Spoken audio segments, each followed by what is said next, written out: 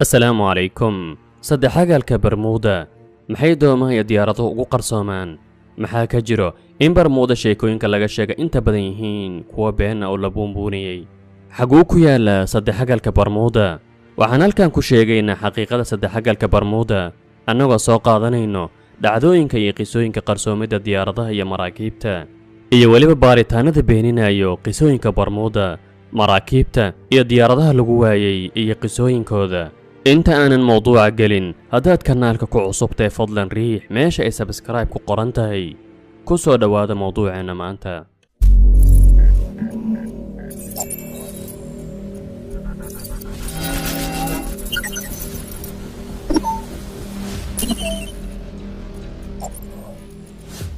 saddexagaalka Bermuda ama saddex geeska shaydaanka waa mandiqad juqraafiyeed leh qaab saddexagaal xag la siman mid walbana gaaraya 1500 kiiloomitir badkiisa guud wuxuu gaarayaa 1 milyan oo kiiloomitir oo square wuxuuna dhaca galbeedka badweynta Atlantiga inta u dhaxaysa jasiiradaha Bermuda lagu geeyay Florida koonfurta Mareykanka sidoo kale ilaa Puerto Rico Bermuda waa mandiqad caan ku ah qisooyinka laga sheego haddii ay yihiin run iyo kuwa laga badbadiyay inta badan qisooyinka Bermuda waxay soo caan baxeen bartamihii qarnigeena dhaafay 1950kii wixii ka soo bilowday inkastoo qisooyinkaas jiraan haddana telekoobyada ciidamada ilaalada xeebaha Mareykanka waxay leeyihiin dhacdooyinka ka dhaca mandiqada Bermuda kama duwana dhacdooyinka dabiiciga ee ka dhaco caalamka intiisa kale sidoo kale xilliyadii u dambeeyay waxaa jiray aflaam dokumentariya oo ka hadlayso in inta badan qisooyinka Bermuda yihiin kuwa aanan jirin ama kuwa la buunbuuniyay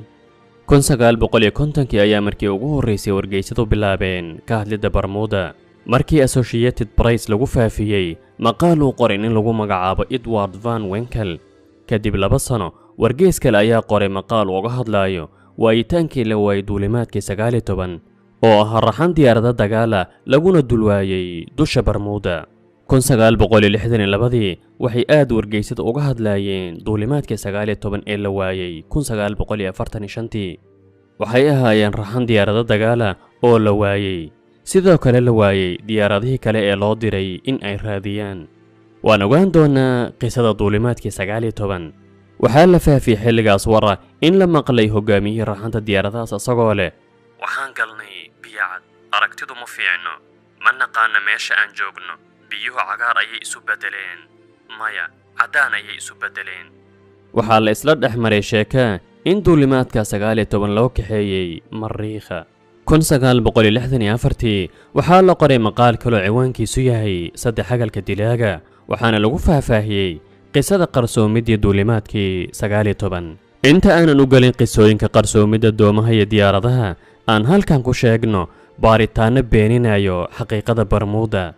baaritaankii Lawrence Koch waa baare qoraa 1975 ayuu qoray kitaab ugu magac daray hal xiraalaha Bermuda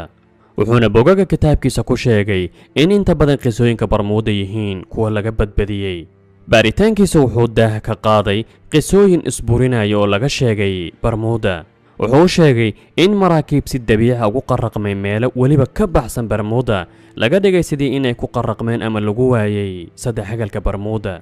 wuxuu baaritaankiisa ku sheegay in dhacdooyin caalam kale ka dhacay laga dhigay sidii inay Bermuda ka dhaceen wuxuuna natiijo ahaan gaaray diyaaradaha iyo maraakiibta lagu waayay mantiqada Bermuda in ayna ka duwanayn kuwa ka dhaca caalamka daafihiisa kale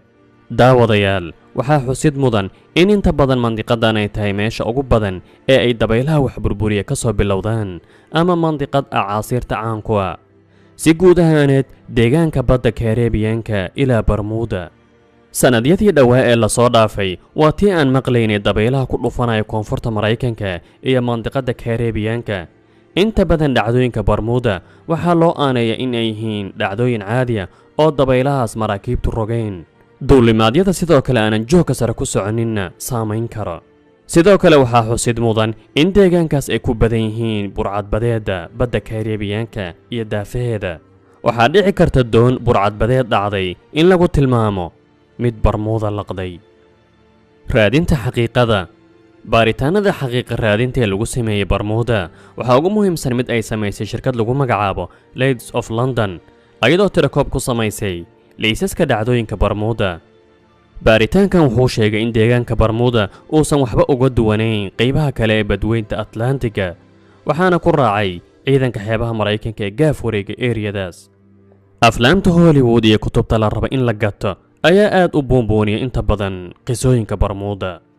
1992 John Simon oo ah sameeya aflaamta dokumentariyada kanaalka afraad ee Ingiriiska ayaa sameeyay sidoo kale barnaamij uu ku xaqiijinayay qisooyinka Bermuda.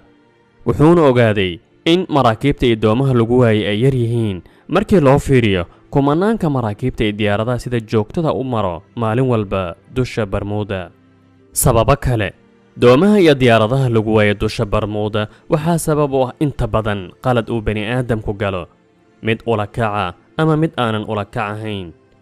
qisooyinka Bermuda waxaa ka mid ah qarsoomidda ciribta markab shidaal qaado oo lagu magacaabo SSVA Vogue. sababta loo waayayna waa farsamo xumo raggii markabkaas hogaaminayay ka imaaday. halkan aan ku sheegna dhacdooyin maraakiib iyo diyaarado lagu waayay dusha Bermuda. markabkii Theodosia Port Allison waa gabar u dhalay madaxweynayaasha Mareykanka soo maray mid ka mid ah waana waqti aad u sii horeeyay. waxayna saarnayd markab lagu magacaabo Patriot, jihadiisuna waxay ahayd maritaanka Bermuda.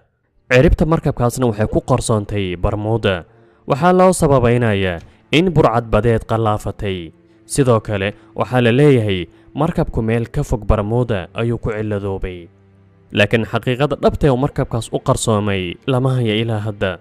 markabkii Ellen Austin waa markab lagu arkay asagoo dhex socda dusha biyaha Bermuda ayadoona ayna la soconin wax rakaaba, wax cilad ahna ayna ka muuqanin. markab sidiisa laakiin dadkii saarna meesha ay aadeen aanan la aqoonin. markab dagaalo lagu magacaabo USS Cyclops intii uu socday dagaalkii koobaad ee adduunka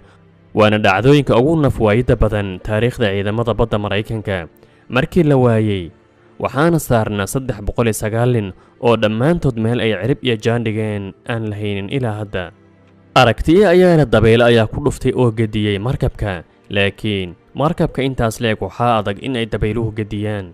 duulimaadkii 1945 waxaa dusha Bermuda lagu waayay 5 diyaaradood oo kuwa dagaalka. diyaaradahan waxay ku jireen hawl tababar ah. waxaa kaloo la waayay diyaarad badbaadina oo loo diray si ay u raadiso diyaaradahaas. 6 diyaaradood iyo 27 nin ayaa la waayay. ragga diyaaradaha waday waa arday la tababarayay.